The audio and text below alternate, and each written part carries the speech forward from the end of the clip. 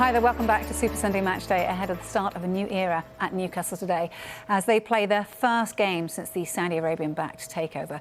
For more, we can speak to the Daily Mail's North East football correspondent, Craig Hope. Good morning to you, Craig. Thanks for coming on. What a week it's been to be covering Newcastle. Do you share the positivity of the fans? I think as a journalist, it's a different type of positivity and excitement. Listen, there are many different layers to this story, and I think Darren Lewis in the studio, they can probably get on board with this. It's not all good. Listen, there's some bad, and as a journalist, we're going to have to vigorously investigate that and follow that. But what journalist wouldn't want potentially the richest football club in the land landing on his doorstep? In terms of what it can do on the football pitch, certainly this is going to be an exciting journey. And I think where we can get on board with the fans is that, given what had gone before, something had to change. This was a football club which had gone stale. It's a phrase which is often used. It was existing to exist, really. So the arrival of new owners, in terms of what it can do as a story to cover. Now, I use that word ultimately as a journalist. That is what it is for us, and we've got to cover that. I think, yes, it is exciting, and what it can do for the football team, certainly in terms of within the confines of a football pitch, is absolutely positive. Look, I want to ask you about Steve Bruce's press conference on Friday, because I think it's fascinating for those that aren't involved in the world of media. He was very upset with us all, actually. Can you talk us through the events as you heard them and how kind of everyone reacted to it? Yeah, I mean, again, this is something Darren Lewis can probably relate to. You know, you saw the breadth of the coverage and the conviction of the coverage last Sunday going into Monday that Steve Bruce would be losing his job this week as manager of Newcastle United. Now, we don't write those stories without them being well sourced. It was, to my understanding, 100% the intention of the owners to remove Steve Bruce as manager this week. Now, the word we keep on getting back to us from sources close to the consortium is process-driven.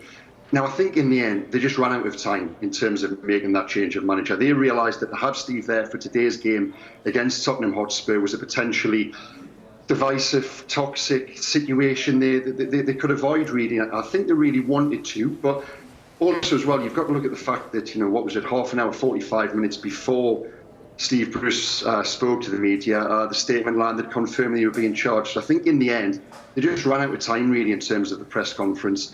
But going forward, I think we still all fully expect to make a change manager. Steve Bruce said we were wrong in terms of what we've written. Well, yes, we were wrong in terms of it didn't happen last week, but I think his anger is misdirected to a degree because, you know, we wouldn't have written those stories without them being extremely well sourced. Craig, I'm just going to jump in here because I think, full disclosure, Vicky and I were discussing this at length before the show, and I know that you're very well informed as far as Newcastle are concerned, and the information that even at Sky, you know, Keith Downey's been reporting on it. And just so that people who don't understand know, people are briefed by reliable sources. Stuff can't go to air or in our newspapers unless it is well sourced by people who are reliable, and it comes from people who are very, very close to the situation. So it wouldn't just be the headlines that either you for your paper, me for mine, or Sky would just allow to go into the public domain.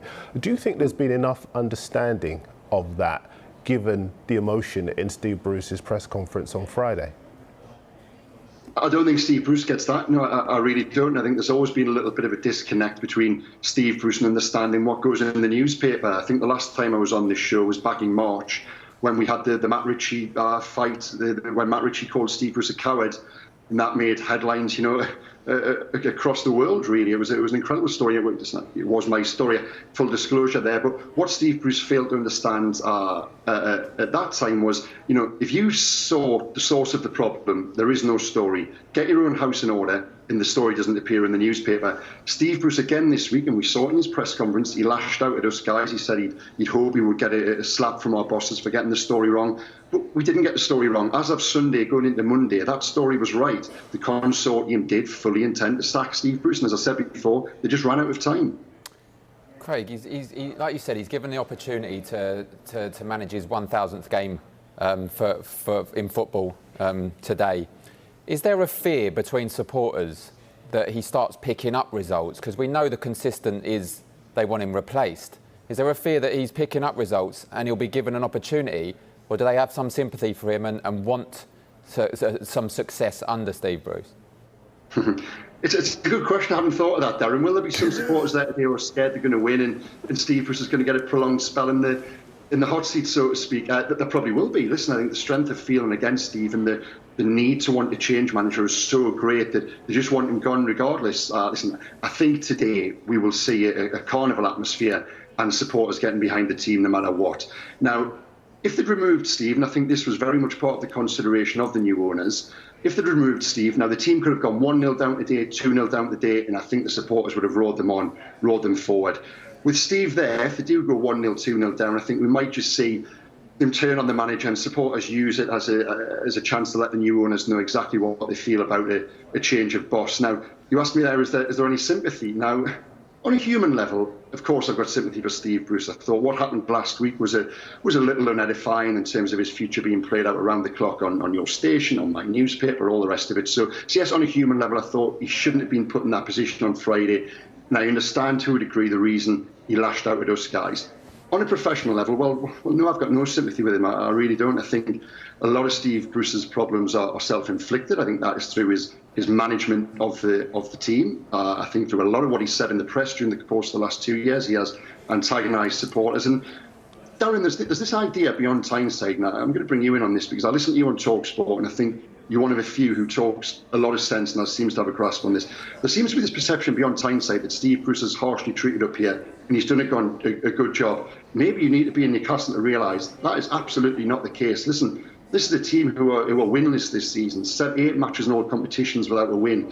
Over 2 years, we've seen absolutely no development of style or strategy or improvement of players. They've won 7 and 37. 2 of those were against relegated teams. There were so many numbers I could throw at you, and I know you yourself, Darren, seem to have a really good grasp on this situation. So in terms of Steve Bruce losing his job, I will have no sympathy for him at all, really, at any other club. It should have happened a long time ago, and I think we've realised during the course of the past week there are probably 8 million reasons why Mike Ashley didn't make that call, and it is a problem which the new owners have inherited, and one I believe, and I'm led to believe, they will absolutely solve in the coming weeks.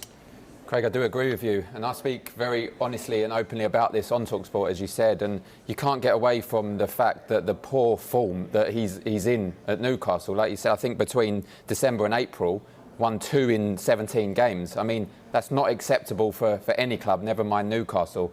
Is there a fear again this season then that, OK, Newcastle have been taken over and are financially very secure, but will they still be in the Premier League to utilise this situation?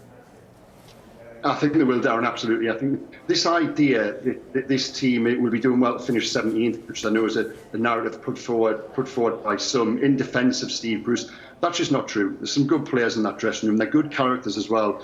And the reason they haven't gone down under Steve Bruce, and the reason they do continue to pick up results, is for that exact reason. There are good players in there.